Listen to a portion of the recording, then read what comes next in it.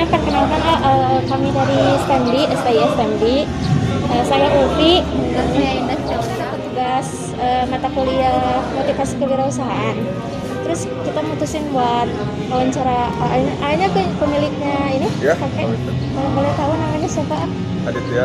Aditya. Siapa tuh mau mulai aja? Santai. Kalau mulainya si Kawitan ini awalnya cuma jual barang setengah jadi dari 2017.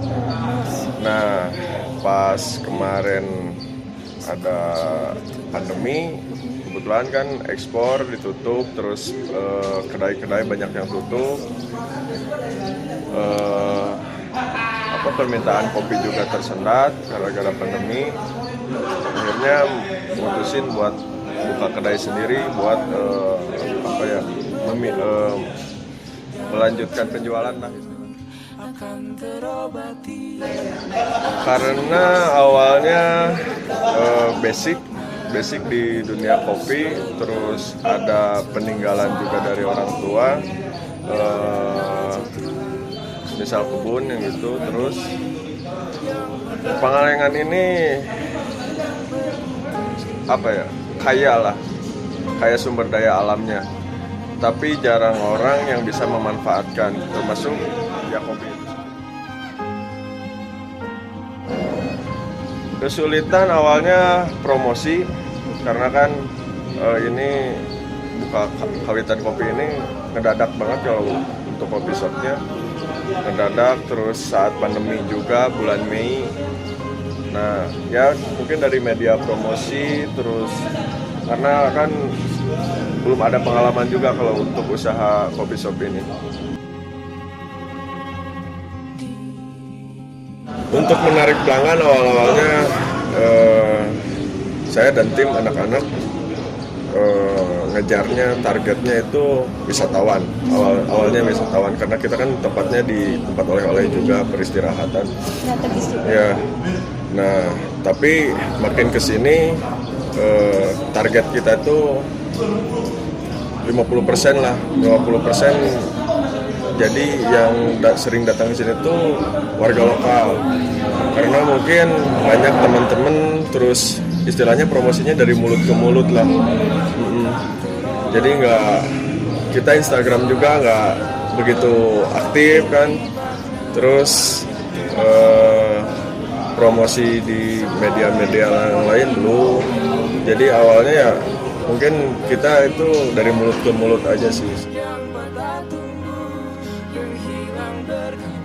Untuk media promosi online kita udah masuk rencana sih, baru rencana mungkin pertengahan November nanti atau akhir sampai bulan November lah.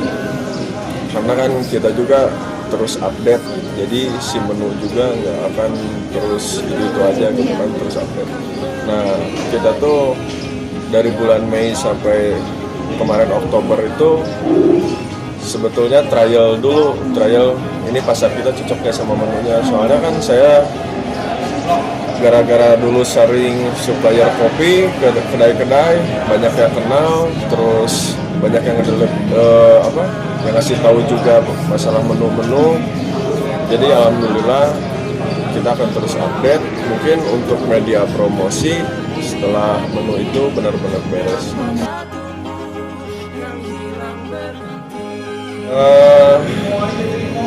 Saya berdua sebenarnya sama si Aderi, ada cuma lagi turun ke Bandung karena masalah kebetulan. Suka dukanya ya. Mungkin kalau sukanya kan ngejalanin profesi itu dari hobi gitu ya kan, itu basicnya. Tapi kalau dukanya kira-kira apa gitu kalau duka ya mungkin kalau misal anak-anak clean up, terus saya lagi di dapur, terus lihat kopi nggak habis itu. Ibaratin itu, buat A itu kopi itu kayak apa sih gitu? Ya, kalau kopi itu gimana ya? karena udah tahu dari hulunya gitu, dari kebunnya, dari mulai menanam, merawat, memanen sampai proses pasca panennya itu kopi itu dijaga. Tapi ketika udah di kedai itu kan biasa, atau mungkin banyak yang nggak suka atau gimana, atau emang coba-coba ya habis itu emang sakit gitu ya.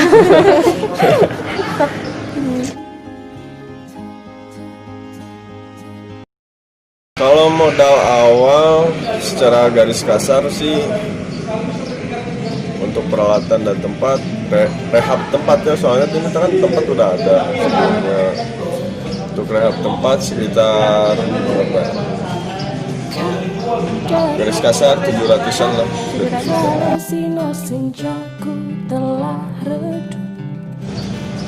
Jam operasional dari jam 10 pagi sampai jam 10 malam. Untuk Tiap harinya weekday. sama? Oh, weekday. Kalau weekend jam 10 pagi sampai jam 12 malam.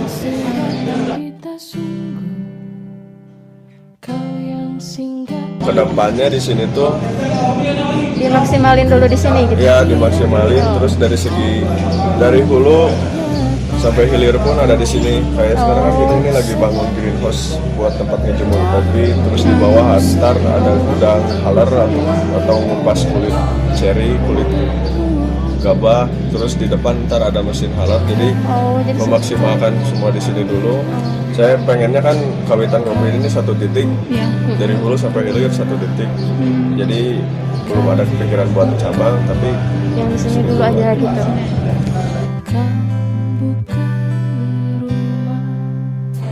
kalau dari kelebihan mungkin orang bisa menilai dari segi kualitas rasa, karena kan bicara kopi itu bicara rasa juga. Jadi orang yang datang itu nggak cuma hanya karena tempat. Saya yakin nggak cuma karena hanya tempat, soalnya banyak juga yang customer yang aktif nanya ke barista yang kopinya gimana, terus ya nanya seluk-beluknya lah, nanya prosesnya, nanya rasa-rasanya gitu. Jadi untuk masalah saingan sih makanya emang dibilang kawitan kopi ini telat kalau bukan kopi sultan orang banyak. Tapi saya yakin tuh karena ya dulu rencana bisnisnya, strateginya target pasarnya itu wisatawan, jadi gak akan mengganggu mereka gitu. Tapi ya syukur alhamdulillah kan harga setempat banyak yang antusias juga.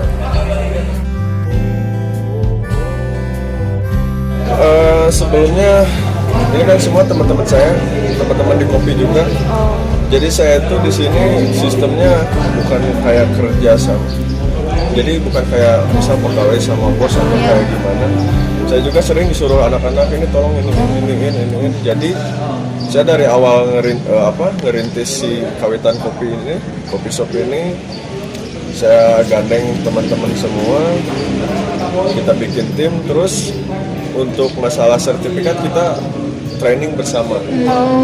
Kita belajar dulu, ada di Jakarta, terus yang awalnya itu cuma 3 orang, terus di sini anak-anak merasa kurang, tambah lagi. Jadi si anak yang 3 orang yang habis training di Jakarta itu bisa ngajarin ke yang lain. Sekarang totalnya ada berapa? Ada 9 orang. 9. Semuanya di bagian-bagiannya gimana? Di bar 4 orang, di waiter 1, kasir 1, dapur 3 di kitchen. Kalau dari segi manfaat, jadi awalnya tuh kan gara-gara saya tuh ngambil kopi dari petani-petani kecil. Awalnya saya ngeproses sama bareng petani kecil. Terus pas kemarin tersendat, saya juga bingung, banyak yang nanya kopi gimana. Nah, saya sih cita-citanya, karena Pangalengan itu gini, Pangalengan itu beda sama Ciwidey dan Garut untuk masalah kopi. Kalau Pangalengan itu, kalau di luar, misal saya sering kopi trip ke Jogja, kemana, ke Malang, ke Jakarta. Kalau ditanya beans Jawa Barat ada apa saja, jawabnya Ciwidey, Garut, Malabar, bukan Pangalengan. Jadi saya itu ada niatan buat ngangkat nama Pangalengannya, terus saya ingin petani-petani kecil yang udah mulai masuk sejahtera lah gitu. Jangan kayak sekarang kan brand-brand besar Pangalengan aja yang bisa gitu, tapi saya yakin petani-petani kecil juga bisa. Kadang mereka tuh cuma nanam doang gitu tanpa tahu kalau diolah tuh bisa jadi punya nilai lebih gitu ya. Soalnya kan dari kopi itu ada dua arus penjualan, satu reguler, dua specialty. Nah kalau reguler itu perputaran uangnya cepat, banyak petani Pangalengan malah reguler karena dia ke kebun, dia butuh uang hari ini. Iya pasti kayaknya. Karena untuk kebutuhan sehari-hari ini. Nah beda dengan ngolah specialty.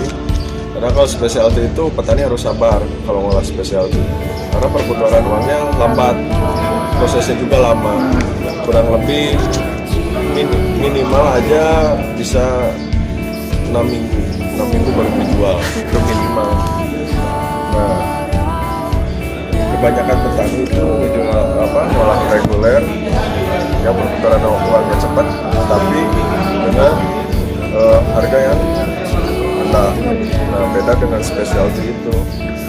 Jadi ya balik lagi ke masalah modal sih awal petani di Pangalengan itu lihat-lihat. Berani mencoba, terus jangan takut gagal, karena saya kan ada yang bilang di buku itu low risk, low return, high risk, high return. Semakin tinggi risiko, semakin tinggi pendapatan. Itu emang benar-benar. Contoh aja sekarang saya ini buka, alhamdulillah kan hasilnya itu saya nanya-nanya ke kedai, emang benar semakin kita tinggi risiko itu semakin tinggi pendapatan juga. Juga kalau untuk mau usaha itu, saya dulu awalnya pakai CBM, Kampas Business Model. Kalau diajarin itu ada, saya ngeriset dulu untuk masalah pasar itu. Walaupun nekat, tapi udah ada catatan gitu kan. Itu yang penting untuk calon pengusaha masih, ya jangan takut aja. Soalnya kalau takut, banyak mikir, nggak jadi lagi gitu. Pasti. Yang penting bisa ngembangin bakat lah itu, bakat yang sebelumnya. Misalkan gimana kan kita gimana kan kita tuh anak ekonomi gitu ya, anak ekonomi, terus kadang orang-orang tuh berorientasinya tuh kita tuh kerja gitu loh, cuma buat jadi bidang keuangan aja. Biasanya banyak gitu ya, aku tanyain teman-teman tuh pengennya jadi apa, ternyata mereka tuh pengennya tuh kerja gitu, bukan nyiptain usaha gitu. Gimana biar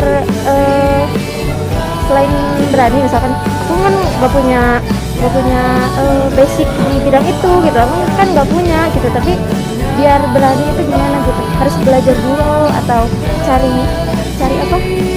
hal yang disukai gitu, atau gimana? Padahal ekonomi itu kan ilmu gitu, apalagi yang udah nyambut ekonomi, maksudnya ke manajemen bisnis itu udah, ya orang nggak bisa hidup lah tanpa kamu manage hidupnya sendiri kan gitu, kayak bangun gitu. Nah banyak orang juga, orang ekonomi atau manajemen kayak gitu takut untuk memulai karena dia satu nggak punya relasi, kurang gaul. Nah saya alhamdulillah kalau gaul di masalah bidang kopi udah paling muda. Semua orang-orang tua udah punya anak, bahkan ada yang punya cucu. Jalin relasi, mungkin bangun relasi, kenal sana sini, terus pahami diri sendiri, bakat apa yang mumpuni gitu kan. Ya mungkin itu, soalnya kan orang itu banyak yang nggak sadar dirinya bisa apa gitu kan. Nah paling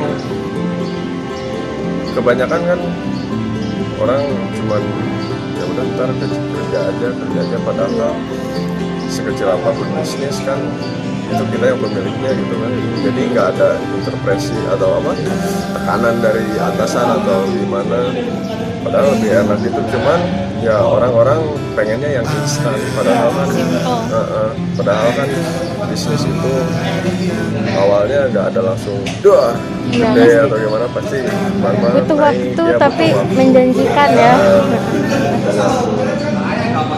Dari kita mungkin udah segitu aja kan. Mohon maaf ya, Ya, waktunya. santai. Makasih banget ini Ya. udah bersedia buat diwawancara. Nanti mungkin untuk hasilnya nanti kita tag juga di IG. Ya. Siap ya, Kasih ya Kak. sama-sama, makasih. Terus Kasih santai ya. itu ngopi-ngopi. Iya, Ya. nah.